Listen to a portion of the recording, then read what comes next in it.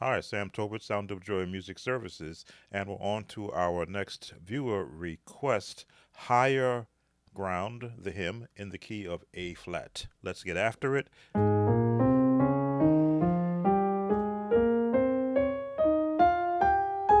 Scales are very important.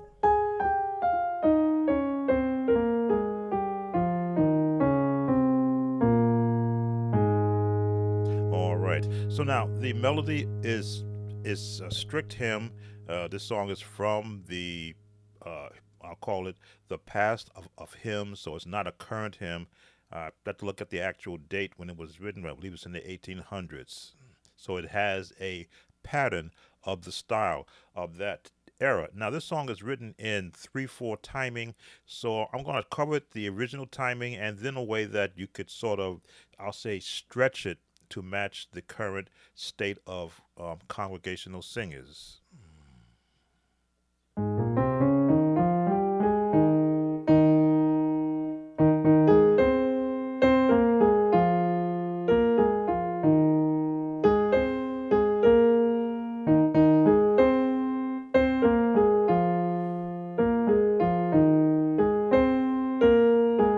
So that's kind of the 3/4 timing. I sort of rushed it there.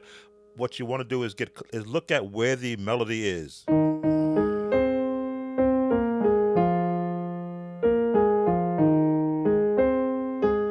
So it's building your chords from you in the melody.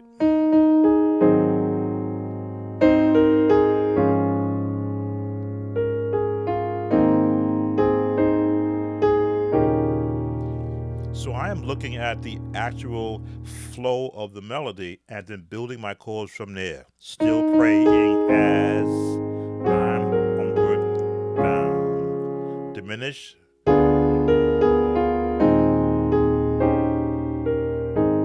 Now, a lot of musicians may feel these chords are old timey.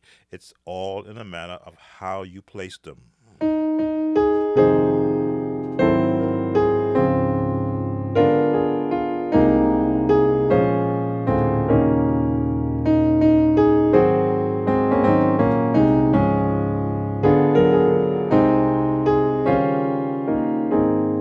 But now, if you don't have a chord palette, which is what I stress all musicians should have, a whole section of chords that they have learned from so many songs out there to choose from, you will find that the traditional patterns of songs, although functional, may seem a bit plain.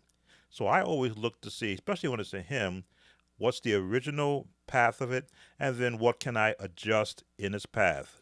So for those who count the number system, that's your one. We're still in the one.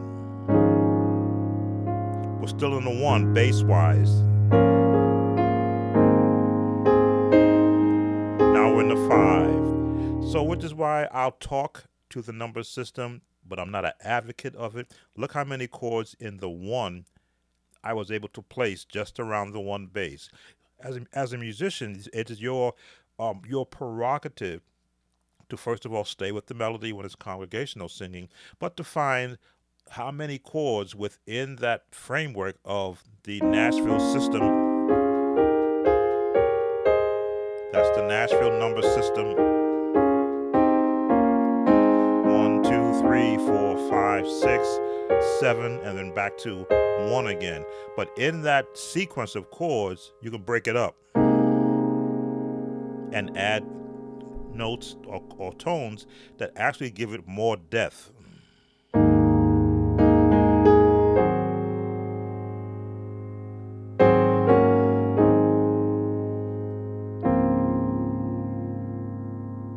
I'm slowing it down so you can see the chords you can use.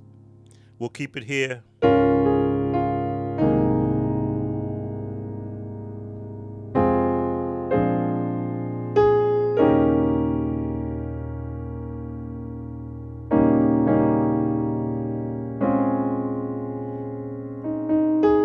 There it is.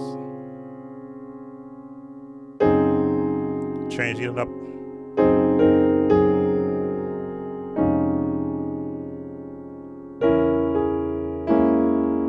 throwing in that minor 6 chord, jazz turnaround.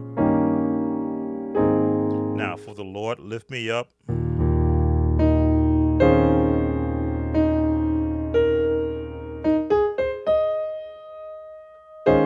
Okay, there's your chord.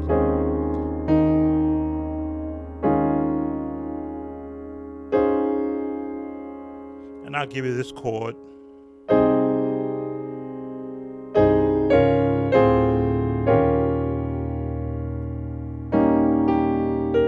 Stay right there. Because you can go here or here.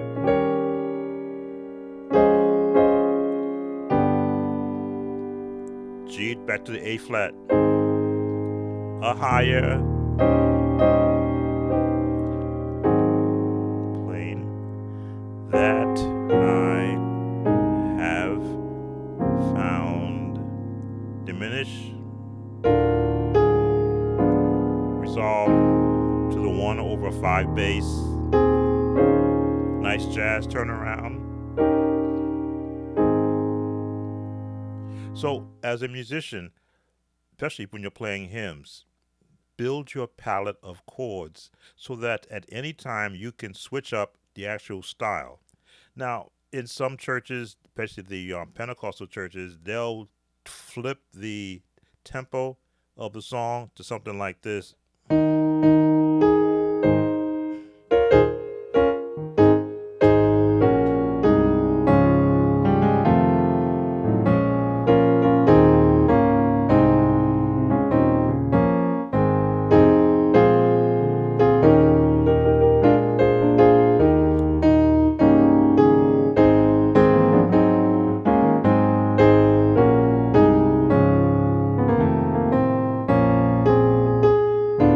Listen note.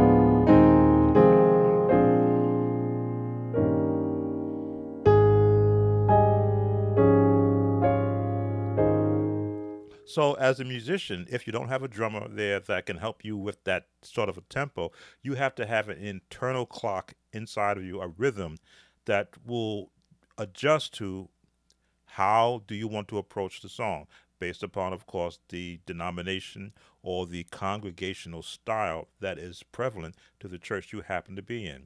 I've had both, so I could go hymn and feel comfortable, or go with your more Pentecostal style.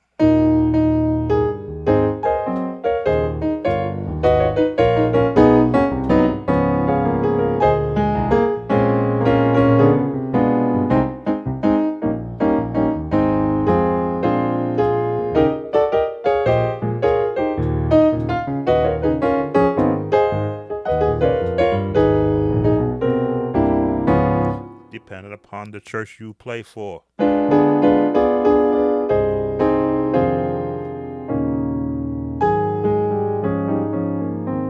Hopefully, this will give you food for thought. Number one, as I say, a lot of chords that I use, I have taught in many of my videos here in this channel.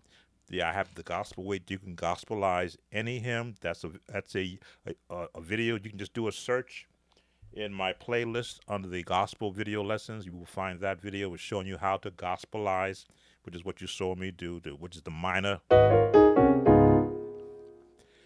A song, a different form of jazz, or how to play it straight, like out of the hymnal. This song can be found, of course, in the African American Heritage Hymnal. All right, if you like these videos, please consider subscribing to this channel. Of course, give us that thumbs up, like. That helps us in the YouTube algorithm. and leave your comments. See you on the next viewer request.